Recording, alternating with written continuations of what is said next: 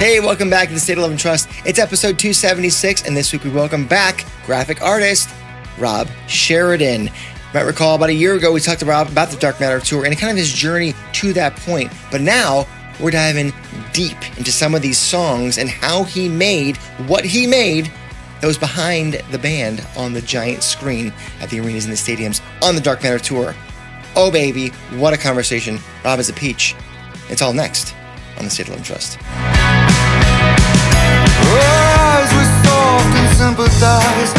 Hey, I'm Mike McCready from Pearl Jam. Hey kids, this is Mark Arm from Mudhoney. I'm Kevin Martin from Candlebox. Hi, I'm Dave Cruzen. I'm Tim Montana. Hey, I'm James Joseph from James and the Cold Gun. I am Matt Vaughn from Easy Street Records. This is Richard Stuberud. And this is the State of Love and Trust. The State of Love and Trust. The State of Love and Trust. Don't forget to rate, review, subscribe to the podcast wherever you listen. Feed the algorithm.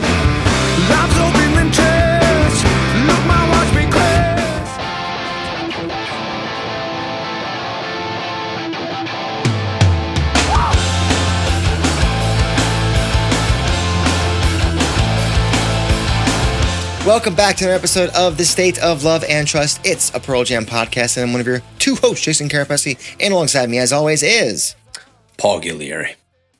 Paul. We are stoked to have another returning champion. Rob Sheridan is back on the air.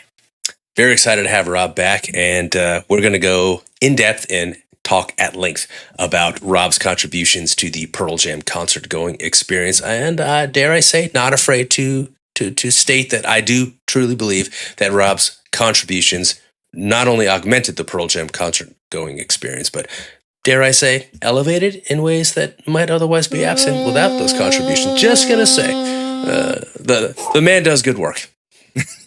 Put it on a bumper sticker. The man does good work. You know who else does good work? We hope. These guys. And if you think so, go ahead and subscribe, like the video, bell, notifications, but if audio only. Paul.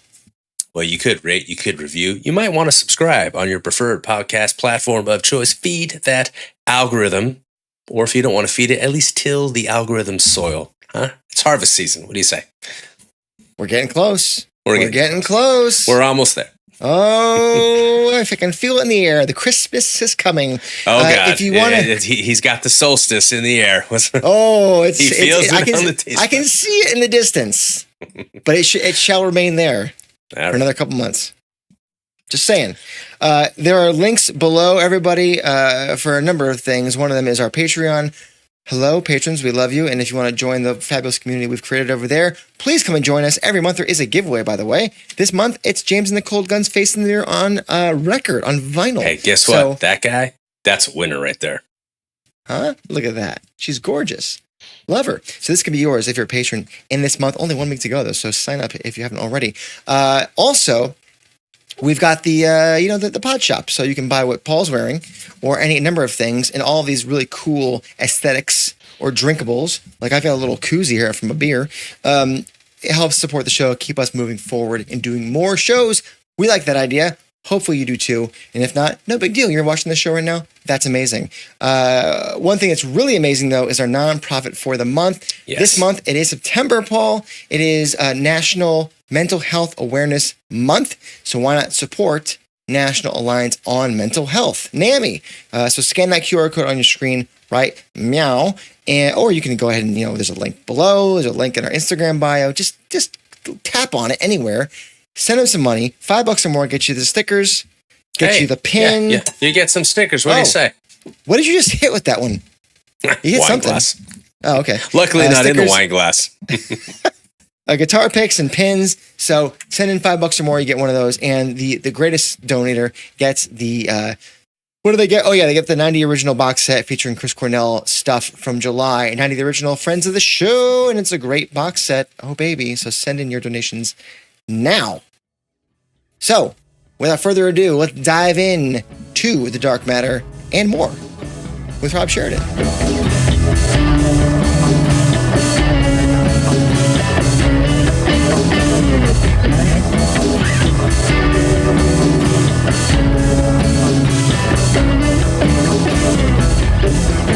This week's guest went from the father of the dancing baby to Nine Inch Nails art director to the man behind the gorgeous art behind every Pearl Jam performance in the last 2 years. And he's back to deep dive on how he made the art for some of those Pearl Jam songs.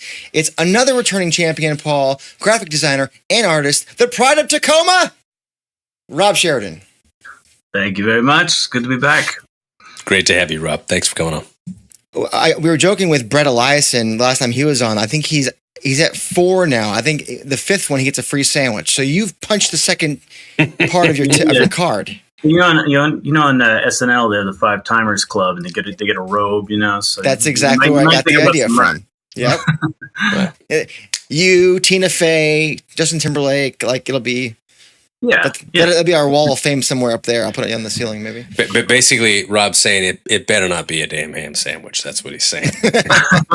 Well, for 5 times, yeah. For 2, I get nothing. Yeah, that's fine. You get a hearty handshake and a hey. Well, we're happy to have you on anyway. How's it going in Tacoma? Everything good? It's going well. Busy, extremely busy. You know what? It's good to be busy. Good to be busy. Yeah. You said the last time you were here that the Dark Matter songs, there were some times that you wanted to really kind of hit the notes of the album art on these big things, and that sometimes you wanted like the light to kind of be the muse, to be the jumping off point. Did you approach the back catalog songs in a similar fashion? The approach for the back catalog songs was, we wanted to, look at the time we had and look at the materials and really kind of nail down a visual narrative for Dark Matter and say, the band is interested in playing a good portion of this album, and let's find those tent poles. Let's put together original kind of designs for each one, and let's have that be a story. And then let's look at the back catalog songs and start to kind of spill off from some of our materials, so that it's kind of like some of the looks that originated as Dark Matter kind of like are leaking out into the visual, language of the rest of the set.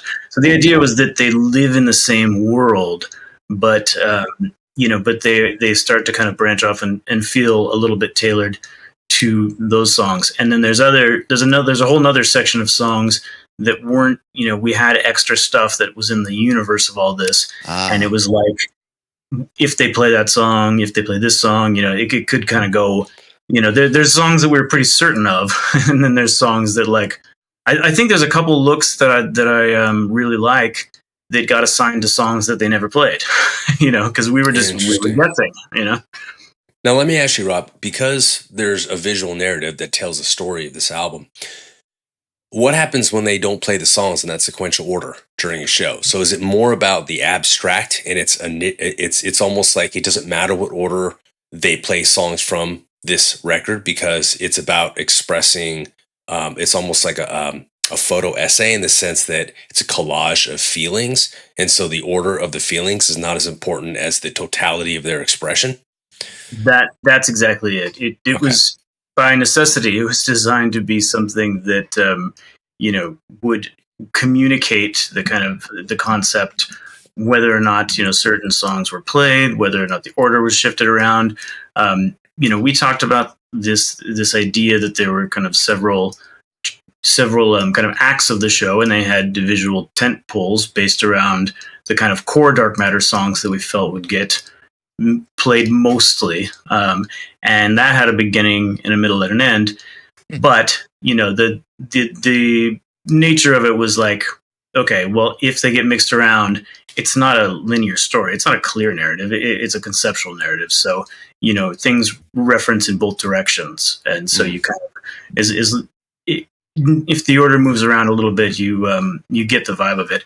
And I think the most like the early shows, like Vancouver and into a few shows in, were sticking fairly close to the kind of original structure that we laid out, but we all knew that was going to break. Like we all knew they were going to be like, and then of course, like I remember a conversation with Ed where he brought lighting and video team together for a little roundtable after the first few shows, and he said, I think what we're doing, I think we were right, that I think that this is working out well. I think it's like everything is feeling good. It feels good on stage. It feels like it's flowing well. With that said, what if we, God damn it, Ed. And it was like, what if we put the first song last, or something like that? And that was the point where everyone knew, okay, well, it's going to. So wait, so are you telling me that the reason why we had the first 4 album tracks played sequentially for like the first 2 weeks of the tour was for you guys? No, it was because that was the kind of like, that was the visual kind of emotional narrative of the show that we had all kind of like decided on. I see. And it was like, that was kind of the author's intent, if you will. Yeah. Because it's like, when you think about a Pink Floyd album or the like, where things fade in and out of each other, and it could almost be thought of as one giant piece with what do they call it in symphonies? Movements, right? Movements. Different movements. Movements. So, but we all know that Pearl Jam's going to be like, just like chopping and changing from night to night to night. So that's how it was a huge surprise that they had, hey, first 4 songs are back catalog, next 4 songs are literally the first 4 songs, because that doesn't happen. But it was intentional. Yeah, it was intentional to, first of all, I think it was partially a statement of confidence about the new album. It was to say, we're here to play this stuff. We are excited about it. We want to do this. We want to show you, you new audiences, this new album. We want to show you what we've put together for it, and we want to let you know that, I think it felt.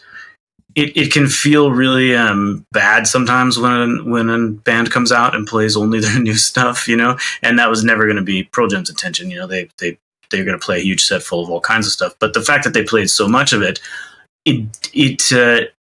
everyone from the band to the production team was kind of banking on this idea that it's not going to feel like tedious to the audience because there's so much confidence behind it, and there's so much thought was put into it, and that was really working. Like it really worked, and eventually, of course, it's Pearl Jam, so they're gonna start breaking it up. But we really had a strong showing that really kind of defined the tour as being really around the excitement behind this album. Now, Rob, what do you do about a song like "Got to Give," which made all too brief number of appearances on this tour and certainly wasn't played at the very outset? So was that something conceptually that you, or visually that you conceptualized early in the process? Or was that something that as the tours went on, you took a step back and said, okay, where does this fit into the puzzle as it's currently being constructed? Well, Got to Give, actually they played it right at the beginning on the tour opener. Vancouver. And I forgot about that. And then they didn't play it again. And so I thought, okay, this is going to be a mainstay. What we had done, though, in a couple of cases, there was some kind of like, we generally got the vibe that, for example, Got to Give, they were either going to play Got to Give or they were going to play Won't Tell. Like they weren't going to play both of those generally. And there were a couple like that. So those 2 songs visually I designed with the same kind of visual theme, which is it's all about light, and it's about the light opening up into the room. So both of those end with the mirror ball. The light unfolds and expands out. They're visually totally different looks, but the concept and what it does is the same. So I was prepared for those to be swap outs, but I was a little surprised to see Got to Give kind of drop out, because and then I got excited anytime we come out because it was a cool look that like I put a lot of work into. And we're going to get more into the Got to Give much later, maybe even in a different video. I don't know. We'll see, because there's just so many songs to get to. Okay, so Rob, you sent me. Sandwich somehow. You do have to earn the sandwich. That's true. You sent me a bunch of videos earlier of some of these tracks from your vantage point, wherever you were, if it was in Seattle or somewhere else. And so you thought the folks would love to learn more about what it took to make these pieces of art. And I'm going to set up like a set list. We'll do a small like set list style thing and just kind of plow into it, and we'll be like, oh, this is the song, and we'll just go into it. And maybe if we have time, we'll put a pin in it and do more for Patreon. What do you think? Okay, sounds good. Do a little encore for Right. them. Okay, cool. All right. So I feel like we have to start at the beginning of the show with the curtain. Talk to me about how this came together, because it's pretty damn cool. We were joking at one point that the curtain had become somehow the thing that everyone had spent the most time on of all the things. Oh, really? Not in terms of like making it, but in terms of like changing minds and moving things around, and then the whole crew gets involved because like the timing of how the video executes relates to the timing of when they cue the band to go on stage, what order that happens, and it was related to the opening acts, and there were a lot of cooks in the kitchen of the of the opening curtains, but it turned out in the end to be a really cool effect. We talked a lot about what to do at the beginning of the show, and when we talk about visual narrative, one thing that the band was surprisingly consistent and kind of interested in was this, what you're seeing here, this very dark opening where they emerge in silhouette. This is their idea? This was something that Ed and I kind of talked about early on. I told him about when I did visuals with Nine Inch Nails, we would often. This is very Nine Inch Nails asking. Yes. Yeah, well, I remember the Hesitation Marks tour. You guys did this. Yeah, it was a little bit like this. Yeah. I talked to him a little bit about like the idea that when we constructed the shows for Nine Inch Nails, we thought a lot about acts of a play, and also just about like tension and release and like building up to things. And one of the things that I was really fond of in productions for the Nine Inch Nails tours was any little evolution of the visuals can seem so much bigger when you've used the restraint ahead of it, of not releasing it, whether that's adding a color, whether that's adding movement, whether that's the lights on the band or whatever. And so when people have been waiting so long, this is such a big thing, it's a big tour, the fans are so excited, you don't need to come out and have a bunch of shit flying on the screens, and you don't need to have the band all brightly lit. You can just release the mood, just get this like mood out there, and the fans are just screaming, they're so excited, and they just like, it was just so cool when they came out. I didn't know if it was going to work with Pearl Jam, and it required the band kind of buying into this idea, and Jeff especially was super into this. He loved this idea of being. I was going to ask. He's the big art guy in the band, so I was curious. Oh yeah, some of the more kind of out there things were really like really Jeff's vibe. Jeff was the one always asking me, okay, but can this go even slower? And I'm like, it's barely moving, Jeff. I filmed it at 1,000 frames a second. So we envisioned this thing where they came out and just stayed in silhouette for the first song or so, and just let that vibe sit and let the excitement build. And to do that, we thought a lot about, okay, well, what do we do with this big screen that's just going to be sitting here? If we're trying to build tension, if we're trying to like set up this dark mood, we've got this gigantic screen. We can't hide it. We can't float it in. We can't. It was too much of an ordeal to try and get real curtains set up every time. So what are we going to do with it? And I initially pitched like actually just acknowledging it as a wall and having like a still image of like a kind of textured dark wall on it. I called it the wall of dark matter. Just a still thing. So it really felt like a like a structure that was there, and acknowledge that, and then remain just very still as the band started playing, and then gradually started doing stuff. And we talked about that, and then another thing I pitched was this making a curtain out of water, and it was like this piece that I put together. Later got used in Immortality, actually, but it was just like these black and white ripples, and they were just barely moving, so you weren't really sure if you were seeing it moving or not. And that was feeling really cool. And then it was Ed actually who said, yeah, production, when we were putting this all together, he said, you know what, this is cool, but it's like, it's too cool. It's too conceptual. Like it's tipping our hat too much of what is to come. and it was like, wow, I actually hadn't thought of it that way. It was a really good comment because He's got a great point. yeah, it was a really good comment that I was like, well, it's not moving. It's like a cool, weird way, but like, oh, of course, yeah. I'm like, we're about to flip the whole like Pearl Jam like. Yeah, think about the Pearl Jam fan. Head. We got to start out more traditional, and it was Ed who said, we're using all these analogies for a curtain. What if it was just a curtain? Like an old school theater curtain. And like, yeah. Okay, let's try it. So, there's that, but even just with them playing in silhouette, I fully expected just lights are going to come on, and or they're going to be dimly lit, and we're going to have orange and blues and greens and reds just on the band, and they're just going to play.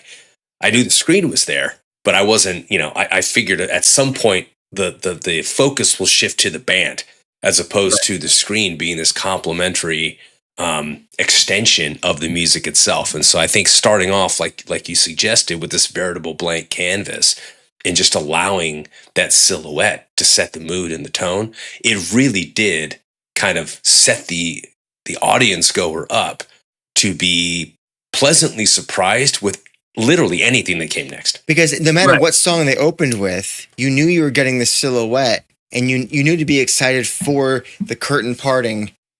Yeah. And then is it going to be released? Is it going to be washed? Is it going to be sometimes? What is it going to be? And then it just elevated that moment, almost like a overture. Yeah, and that's the restraint and the kind of minimalism that I really push for early on, because like you said, that much excitement over something so small. It would have been the same excitement if you just turned all the lights on and seen the band and had a bunch of shit on the screens, because you're seeing the band. It's that the show's starting. Like that excitement's going to be there. You might as well stretch that out a little bit, Yeah. and then when the first little bit of light shows up on Ed and he sits in the crowd, boom, another huge release of energy with the audience. So that and this was all we developed all this in production rehearsals without the band in Pennsylvania. Initially, we had it set up on the screen, and we did some meetings with them over Zoom and showed them stuff, and that's where we made some of these decisions. So we hadn't actually seen it with the real band until we moved it to the Tacoma Dome. And then it went from there to Climate Pledge. Right. And especially this intro had been like, is this going to work? We're all getting a little antsy. Like, it's a long time to just have that dome there.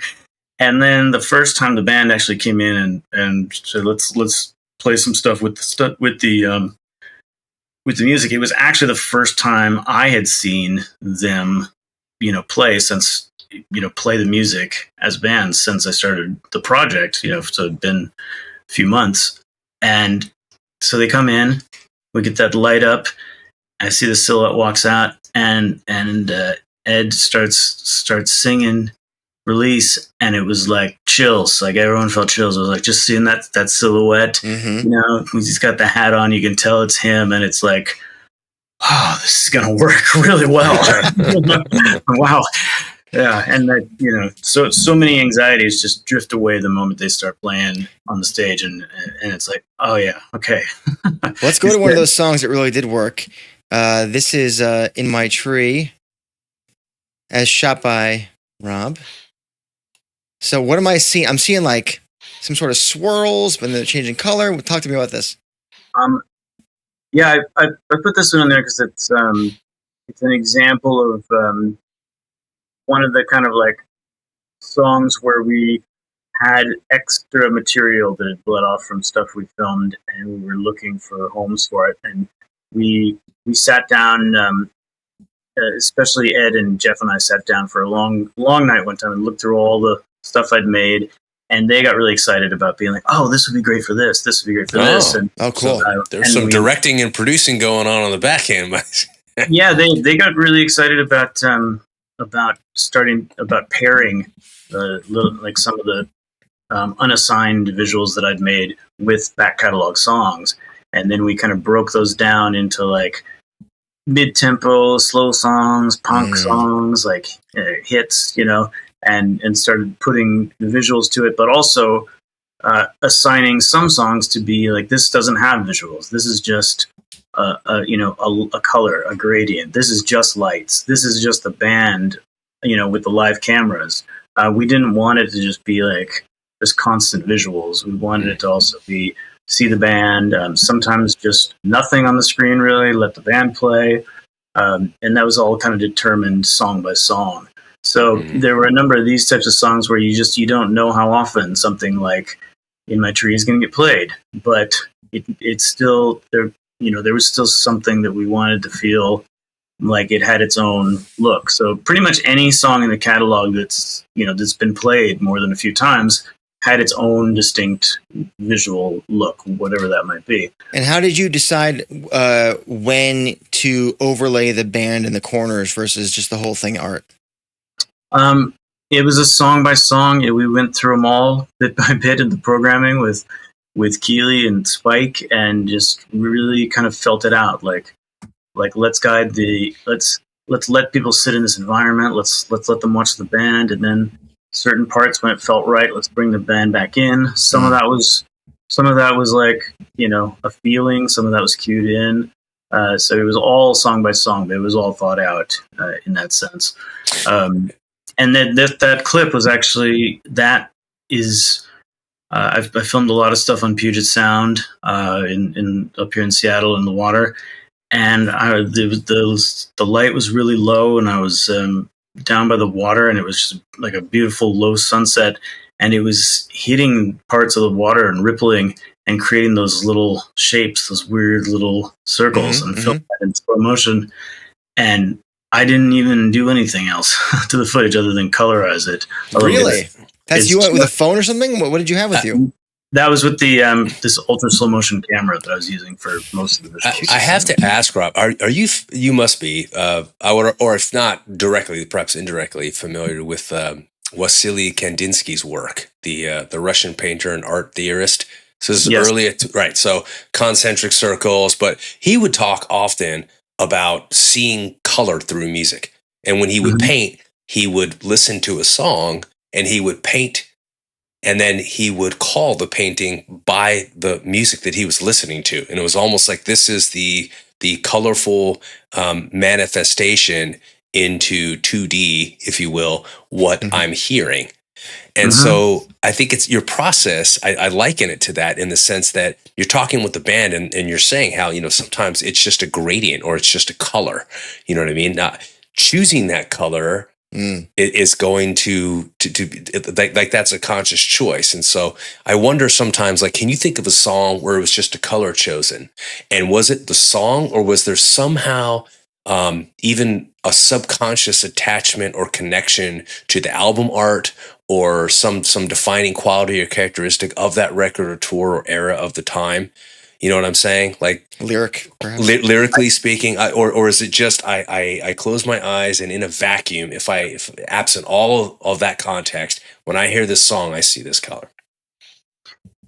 It was half of that question is not mine to answer, because a lot of times when there was no visuals, it would be okay. I'm kicking.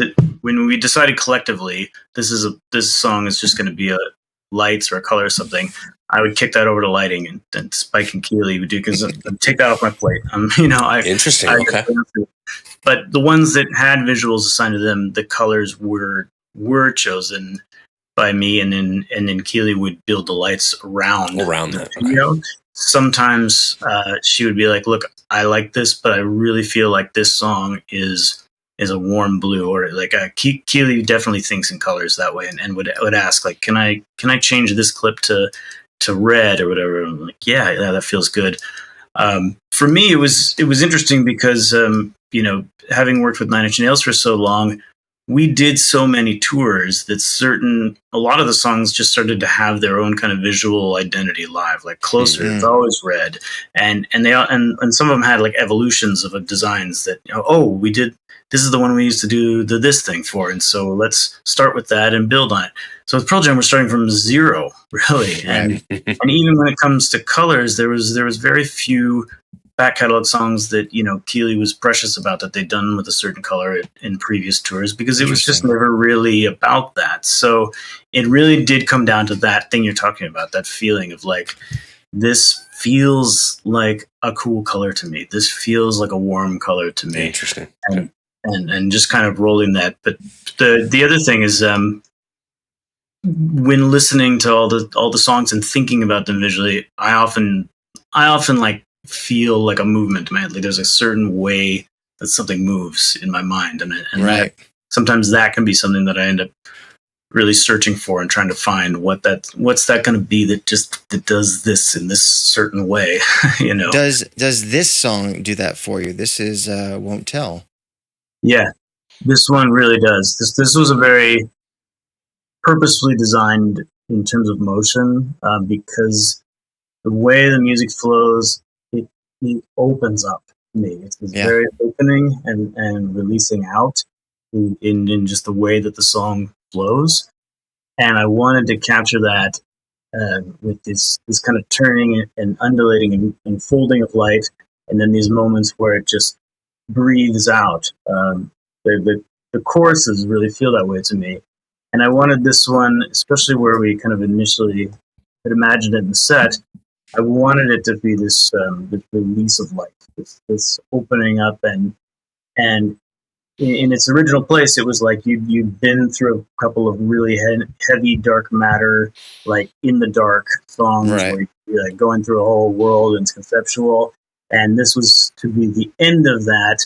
Open the light up, release it back into the audience, and the mirror ball. Use the mirror ball there to actually extend the light from the video screen out into the audience. Sick. Light the audience up more and make it celebratory. Make it this like return to the circle of connection, and then from here always go back into a song that is not about visuals, that's about light and maybe the band on screen and the audience all kind of connecting again. So yeah, the movement, the turning of that and the release of it was very much based on the music.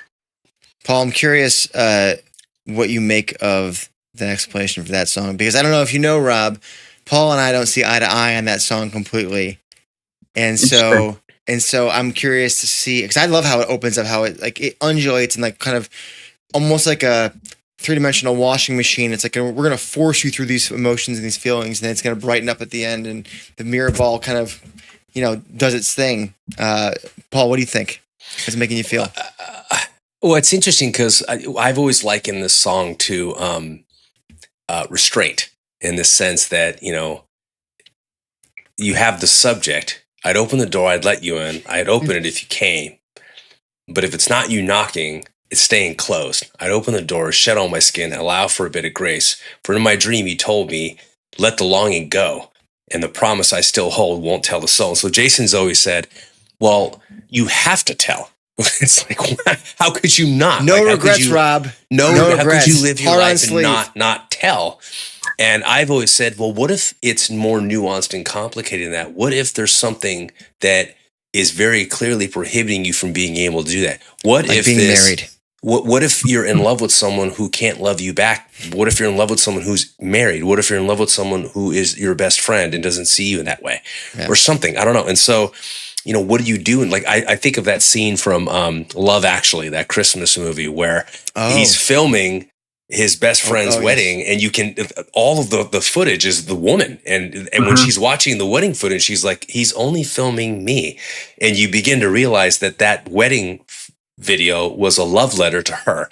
And she didn't, you know what I'm saying? So he can't say that to her. And of course, the difference is at the end of the film, he goes, he actually does say it. But I mean, it's not always that easy. And so I think when I think about this song in terms of colors, I see blues, blues and greens, but mostly blues, because there's a sadness to it, and there's the restraint, the hope, the fulfillment comes in knowing that what you're feeling is genuine and authentic and real. And it's as they say, better to have loved and perhaps lost than to have never have loved at all. And so it's interesting when you talk about these like undulating colors and the light and how it comes together and folds away. And I could see that in the sense that it's these fingertips that never really touch, if you will. Right. And even at the end, I mean, it releases it in that it opens the light back up to the room. That's more of a metaphor for what the song is doing in the show. But the cycling, the movement continues to be the same. It continues to be the life must go on, Rob, in rotation. And however it was intended, I can't speak to the meaning of the song, of course. But to me, there's an undeniable upliftingness to that feeling at the end of the song. And in the room, it feels celebratory is not quite the right word, but that guitar playing is exalted at the end. I mean, it is an opening, a parting of clouds. Something has been released. Maybe that is, like you said, maybe that's your own just understanding of where you are. The pressure's off because you now come to terms with the fact that that's the end of the road. Yeah, so maybe it's moving on. Maybe or something like that. I just had to get Paul's take on that before we move on. Well, I picked the right love color. that song, man. I love your work behind it too. It's just a great visual. I want to go to a song next that really matches Rob's room, and that is "Dance of the Clairvoyants." Oh, I love the parallel here. Well, this one, Lava Lamp Me. This one is, Jeff was very, very enthusiastic about doing something kind of psychedelic here, and I wanted this. I took the opportunity to make this one the kind of most clear nod to the liquid light shows of the 60s and 70s that we were drawing. A little lava lamp. Kind of. So it's all made with colored liquids and an overhead projector. And that's, so the way they used to do the psychedelic visuals in the 60s and 70s was all live. They would have projectors, like those overhead projectors, and they would mix inks together and spin them on a plate and drop them, mix them around, drop stuff in them, and have that overhead projector projecting that directly onto the band, because they didn't have video or anything like that. So they were doing these live liquid. How cool is that? Special effect for every show. A filter, if you will. Yeah. So we talked about that as an influence early on, and this song is made in that way using colored liquids on the overhead projector. Dropping new colors, and you can see that big black circle there is like a blob of ink that hadn't broken yet, and we just is that what that is? I hadn't noticed it until you pointed it out. Yeah, that's cool. So I thought it was a piece of dark matter. There you go. So that this one really just takes it all the way back to the roots, and it felt appropriate because we wanted to do something very just really lean into the psychedelic on this one. So are these just layers of video of different colors?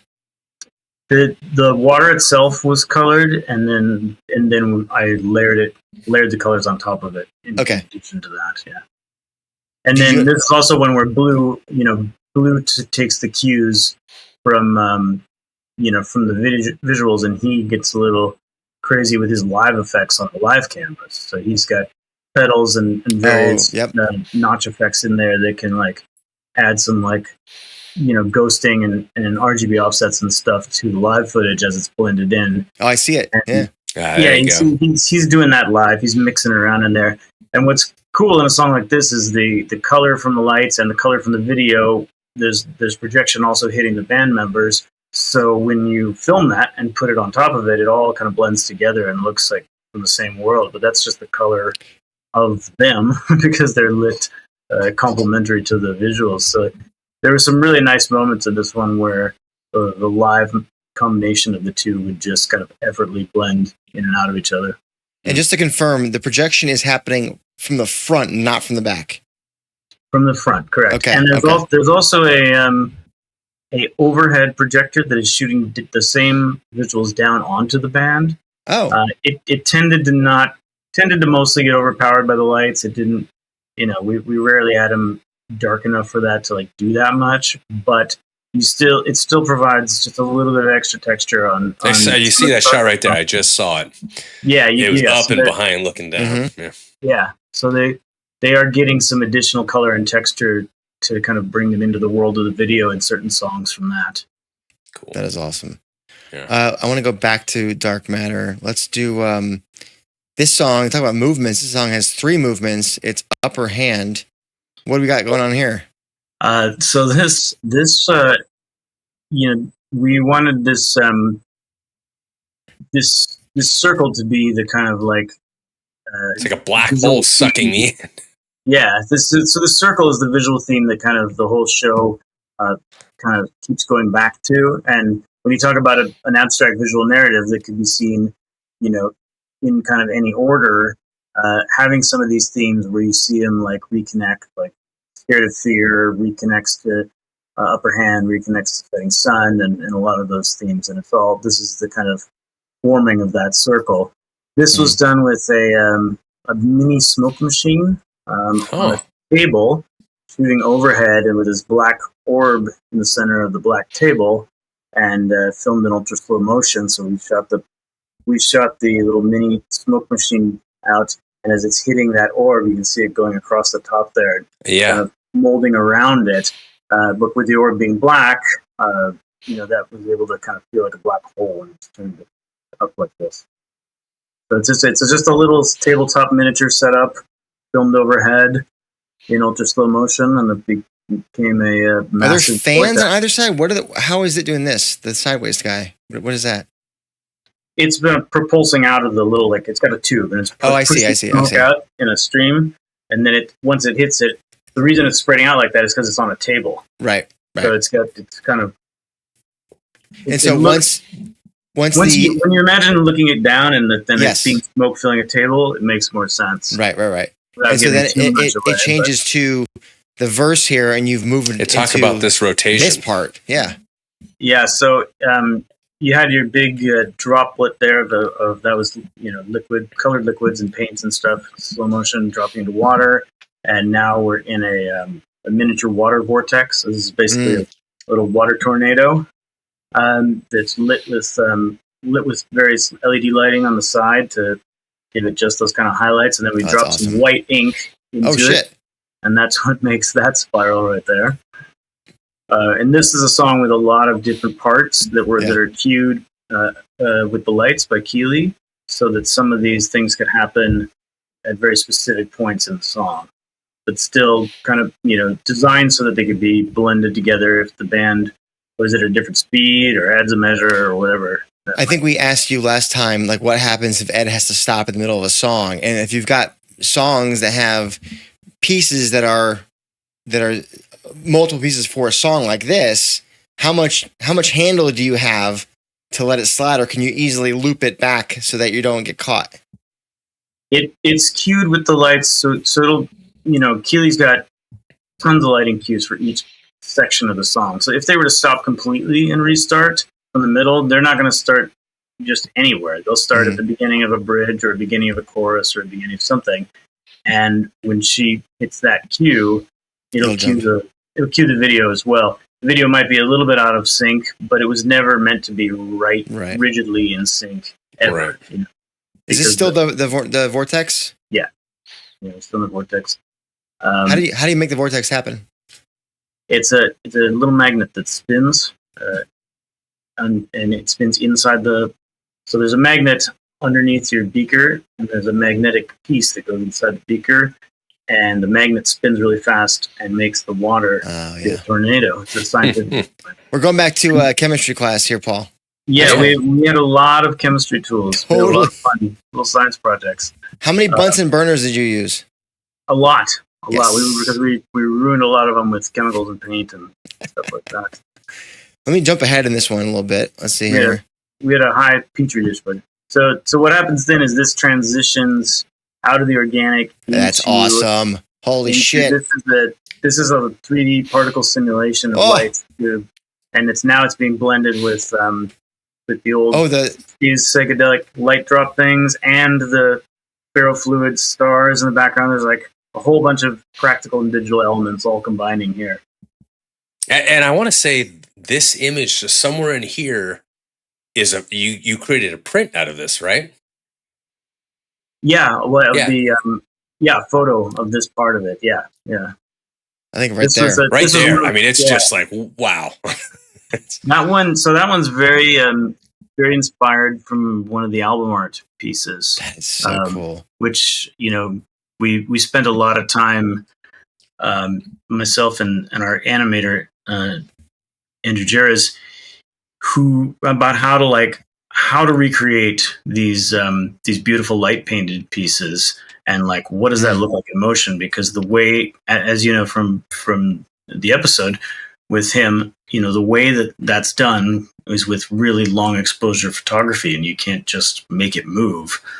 So we came up with this idea that, like, what if you did in 3D with particle simulations, the kind of the same thing that we're doing in the studio for the organic stuff, where you kind of set an experiment into motion and try filming it from different angles and see what you catch. So Andrew basically, built kind of structures that were similar, and I kind of talked about how I've saw it moving, and then we kind of built new 3D light sculptures based on the photos from the album art, the long exposure photos, and then set them into motion, and then took long exposure filming, digital, of course, virtual long exposure filming of the lights, and used different lenses and stuff to create all those effects on them. So it was kind of like virtually,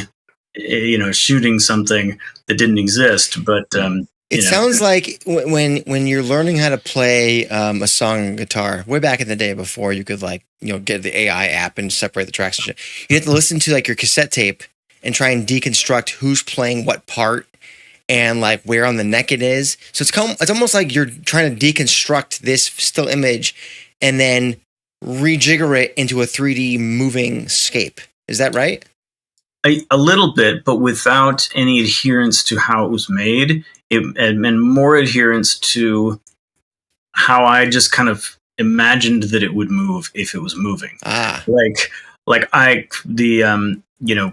a couple points in the show where the visual on stage is very much derived from one of the images in the album art. Scared of Fear being one where that kind of crown of light was based very heavily on one of the images from the album art, and how that was made is his whole complicated process of setting up mirrors and lights and then filming them or photographing them in slow exposure. But when I looked at it, I just had to think, okay, if this was moving, I see it moving. I see all these individual pieces moving as little streaks and strokes. And so then I had to sit down and be like, okay, how would we organically make that happen? This. So it's and it turned out to be like that.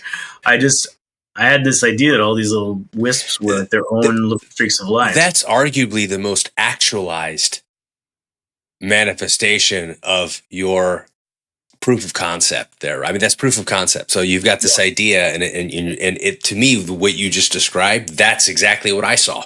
I mean, it just came alive. So that one was one of my boldest theories that we could actually do it this way. And you know what it makes me think of is 4th of July, Rob, where you got the sparklers. Yeah, exactly. You got a sparkler and you're waving it around, and you can see the tracks that you're making. Yes, with this, and that's exactly one of my favorite ones, Rob. Yep. Thank you. That's exactly what I was kind of theorizing that we could do, but it just and it's how it worked. We just needed a little bit of digital help to capture those trails, and Joybird Studios, our post-production team up here, figured that method out and did a really, really amazing job. Yeah, they did. So really, really proud of that one. And also it was a relief because if it didn't work out, I had no backup plan. I had no backup plan. I didn't know what we were going to do. It was going to... And I'm going to run across the stage in a black suit doing this. Yeah.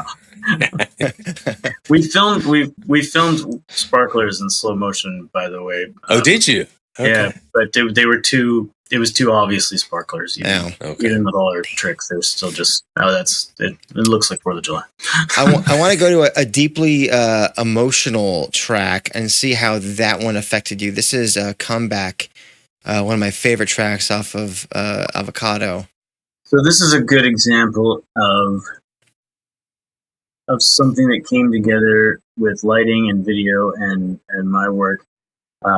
This particular video texture had been it wasn't specifically assigned to this song yet when we got into the process of putting all this stuff together. It was in a bucket reserved for something slow, something emotional, something where we just wanted a setting for the band to play in. And one of my theories about kind of slow emotional songs that really connect with the audience is that's a time where your visuals need to step back and they need to just become a set for the band to be in, because this is about the band and the audience connecting and having that moment. You're not trying to distract them with showing a movie or something like that.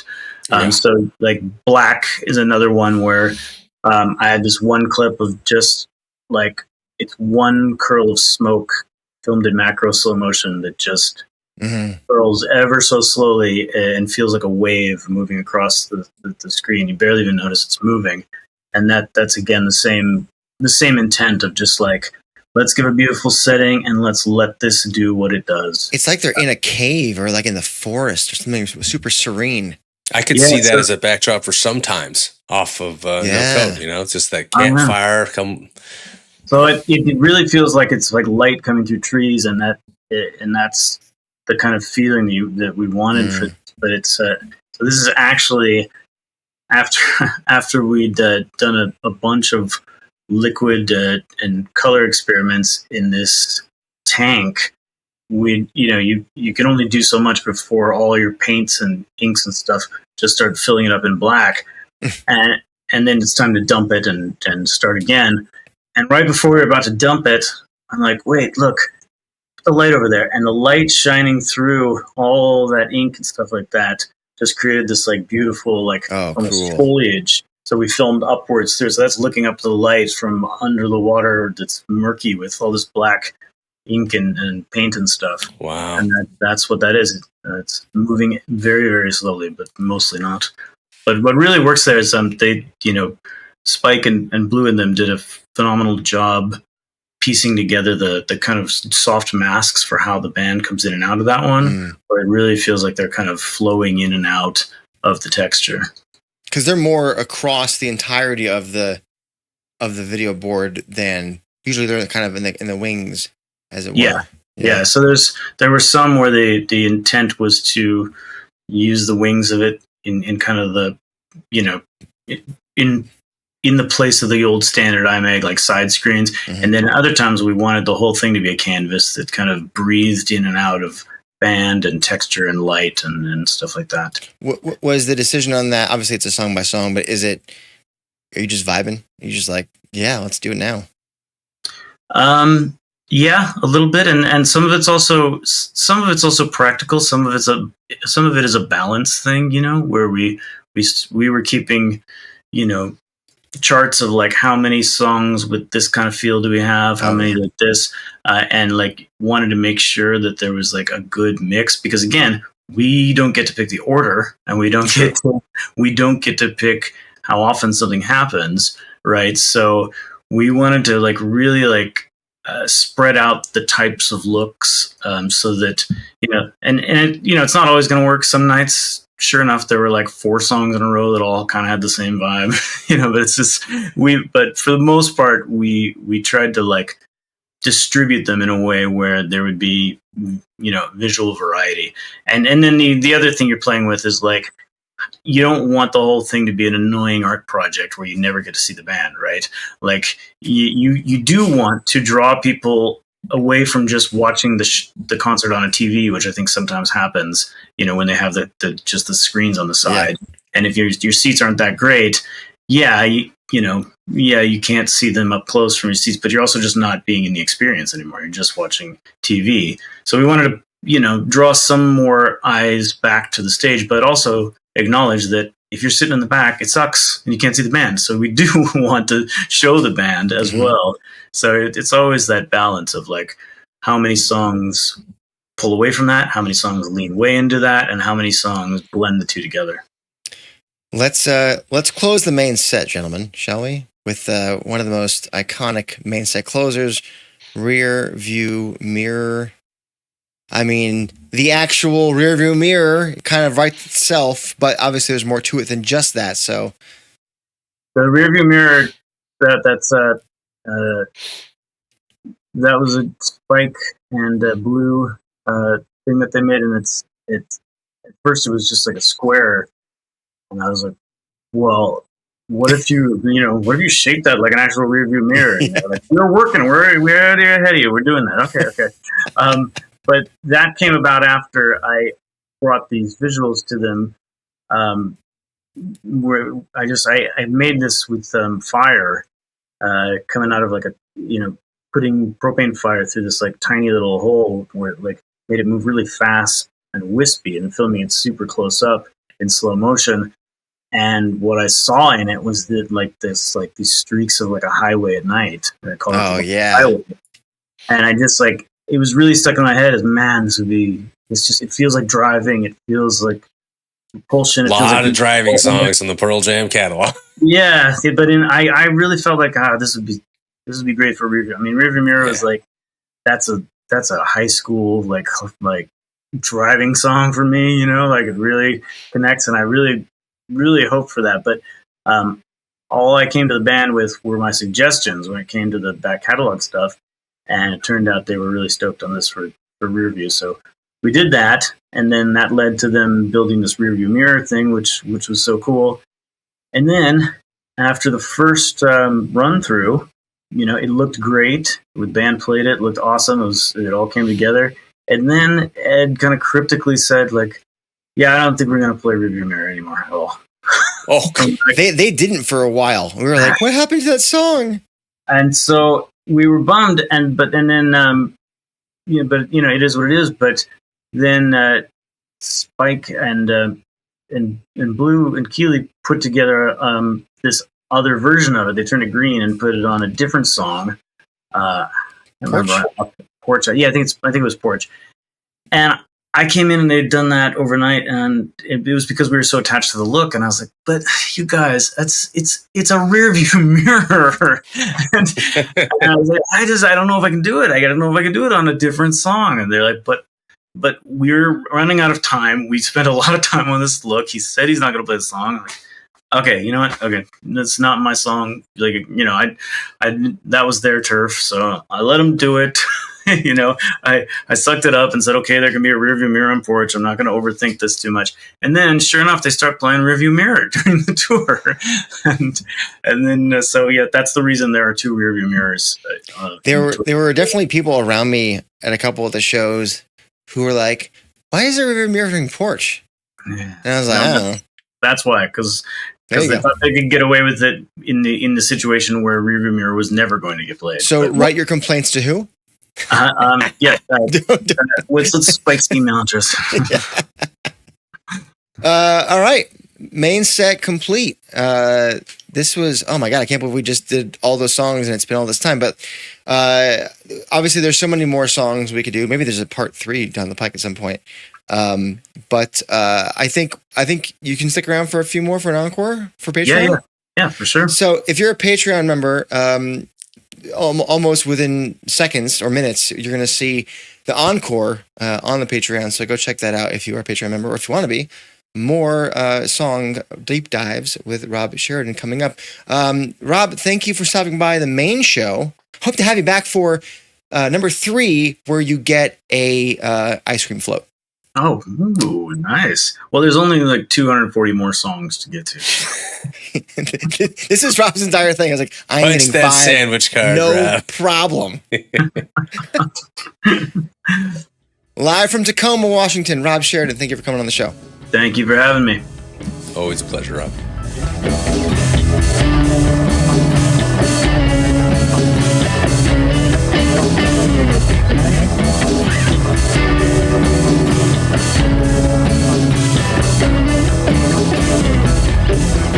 Thank you again, Rob Sheridan, for just giving us your expertise through the lens, and I am so stoked to see how everything comes together.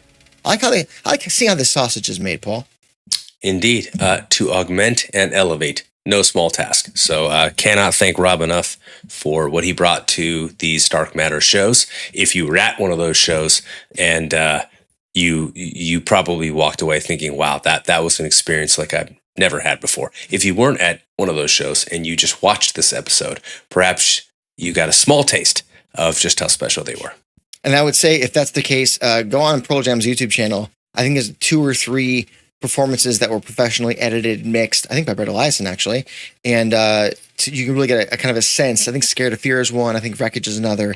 So go check those out. And any number of fan shot videos will give you a taste of what Rob's beautiful art was all about. And I really do believe, we talk about, the smell of grass brings back a memory. Like the sense of smell is really big on memories.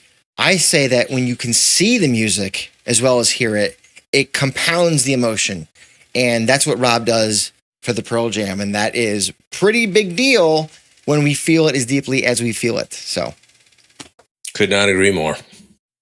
Everybody, thank you for watching or listening. And like I said before, at the top, if you want to go ahead and donate to our fundraiser for the month, National Alliance. What is it? National Alliance of Mental Health. I always forget the exact name. It is NAMI, Mental Health Awareness Month, huh? What do you say? That is true. It's also Suicide Prevention Month. Well, there you go. Go ahead and support NAMI, and that would be doubly effective. So if you donate $5 or more, you get the stickers and pins in the guitar pick, or possibly even the Chris Cornell 90 the original box set. So other links below: Patreon and Pod Shop. You can wear what Paul's got on. Otherwise, go to Rob Sheridan's Threadless store and get a shirt like what I'm wearing. I'd go higher. But there's boobies on it, Paul. I don't know how that shirt's going to make that shirt is good for your mental health. Actually, if someone's going to tell me this is not mental health, every month is Mental Health Awareness Month. Thank you very Paul? much. I'm covering the boobies. Autonomy, not control. I'm covering the boobies. But yours would come with the boobs because we celebrate the entire feminine form. What's happening? We're tired. You are off the rails. It's fine. I'm off the rails. All right, Jerry, settle down. Everybody watching here on YouTube, thank you. Go ahead and like the video, subscribe to the channel, hit the bell for notifications, won't you? Bing, bing, bing, bing, bing. And if listening only, Paul. Rate, review, subscribe on your preferred podcast platform of choice till that algorithm soil. It is harvest season. Last time I'm going to say that. This time. we love a good agriculture jam. If you're going to be at Ohana, we'll see you on Friday on the Storyteller stage at 1 p.m. Pacific. If not, we're going to record that whole conversation with our guests. Who are they going to be? I don't know. And that'll be next week's episode. So fear not, friends. Until then, you've been watching or listening to The State of Love and Trust.